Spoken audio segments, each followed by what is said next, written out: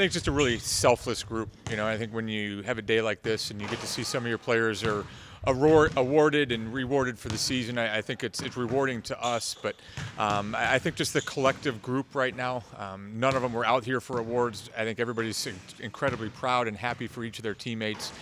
This is a group that just the sum of the parts is greater than just the individuals. And I think there's been a lot of sacrifice with this group, and they were all willing to do it, which I think is a huge testament to the culture that we have. I believe it was 4th place in preseason. What sort of exceeded the expectations? What allowed Richmond to exceed expectations? Just really proud of the offseason that we had. Here we are in March, and you're talking about how we finished and getting to celebrate a regular season championship. But if you're not at a certain level by when you come back here in August, this is not able to happen. If you're not at a certain level in November at the end of preseason, this doesn't happen. So I think we've put ourselves in position with the summer that these guys had, with the preseason that they had, and then just a belief in each other. You look at some things, you have to have some luck with. Sometimes it's results, but I think we've been pretty injury-free for the most part. I think that was a big part of it. But I just go back to these guys really do play well together. Very skilled. We have a lot of talent, but they just play selflessly and play very well together. What are the chances if Richmond does not win the A-10 tournament to get to the NCAA tournament for the Spiders? Yeah, I think when you look at the season the A-10 has had, it'd be pretty disappointing at a national level if we don't get, more than just one team in. That being said, you kind of know what the national landscape is, and I hate to say Power 5 driven. I think we've, in particular, given ourselves a pretty good chance. You look at all the conference champions out there. We went and beat Chattanooga. We went and played Michigan State, who's at the top of the Big Ten. Beat Drake at Drake. We would have liked to have a few more chances, but it takes 2 to tango. I know Coach Mooney always talks about that, but this is a group that had some expectations going into the season, so we weren't exactly popular when we were trying to put together our schedule. And even the Villanova game, that's a great game for us to play. We played that because it was the only day that we could play it, and it was after 3 days in Iowa, 3 games in 3 days in Iowa. So even the games that you do get, you probably had to make a sacrifice to get those. And, I think we did everything that we possibly could to put ourselves in position. But I'm also very happy that we get a chance to take it out of anybody else's hands. And I think when you look at it, the way that we're playing right now, I have all the confidence in the world that, even against a very talented field, hopefully put ourselves in position more than the at-large to have a chance to win the tournament. If something distinguishes the Spiders nationally is three-point shooting, statistically. What is the importance of a three-point shot to this team? Well, you look at the percentage that we're shooting at a pretty good clip. I think when you look at it, though, I think we've been a little more balanced than we have been in other years. May have some games where close to half of our shots are from 3. But I also don't think this is a group that we go into it saying we have to shoot the ball well, or, hey, how can we get more 3s right now? It's almost the inverse of that. We have great players that can space the floor, but, I think we have an inside presence this year. We have, Grace has been incredible at the point guard spot. Some of the screening that we've been able to do better this year.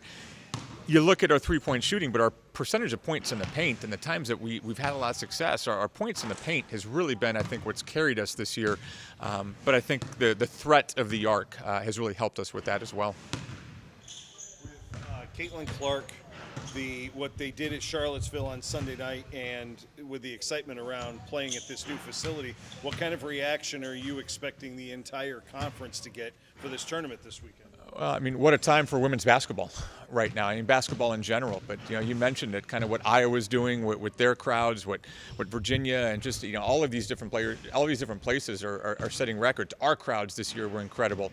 Haven't talked to Beth since this weekend, but, I feel like we tried to help promote what was going on over at VCU on Saturday. I know they had a great crowd.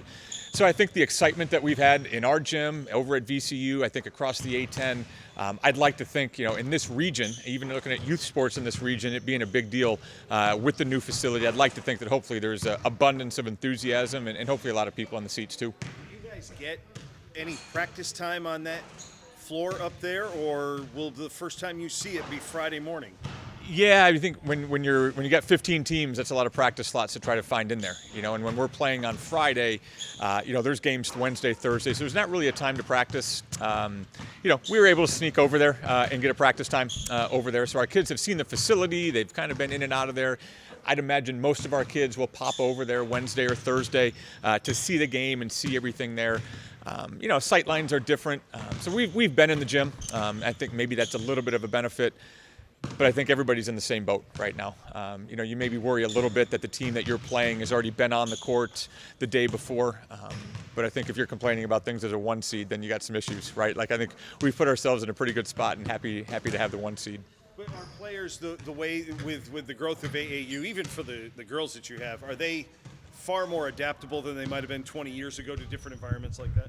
I think they are. I think sometimes we as coaches become, creatures of habit, whether it's even on the road. We've deliberately done some things this year, so we're playing at 11 o'clock on Friday. That's a huge benefit for us. We've done that 3 times already this year, and that was a little bit by design with the goal of having this 1 seed.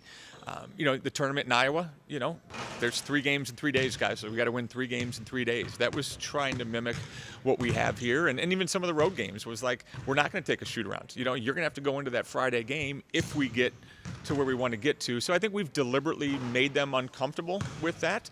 Down to as silly as it sounds, the different basketball. It's the first time that we've used this basketball all season. Well, we've sprinkled that ball in a little bit throughout the season. We'll go heavy with it this week, and all the things to make them comfortable. But I think a huge part of it is they've already been comfortable being uncomfortable all season. Congratulations on your award for Coach of the Year, but this is really a program award, is it not? And who has allowed Aaron Roussell to be A-10 Coach of the Year? Well, I think I've been on this mission here for a while that I think this should be a Coaching Staff of the Year award. So I think anytime you win a Coach of the Year, it's a program award. You don't have this without the players having success. So I think it starts with them, but even more so than that, just your staff around you. I think when people talk about the flip that we've done in this program, we have great players, don't get me wrong, but there's a reason at the press conference when hired that I said it was all about hiring the right people. And we've got a coaching staff that works their tails off, has had these kids prepared. I'm standing here talking to you on an off day, and I can barely hear anything because we got balls bouncing and players working out here. So I think the coaching staff, first and foremost, deserves a lot of credit for this, and obviously our players and the ability to build this program over the last few years, I think leads to anytime you're getting awarded at the end of the season.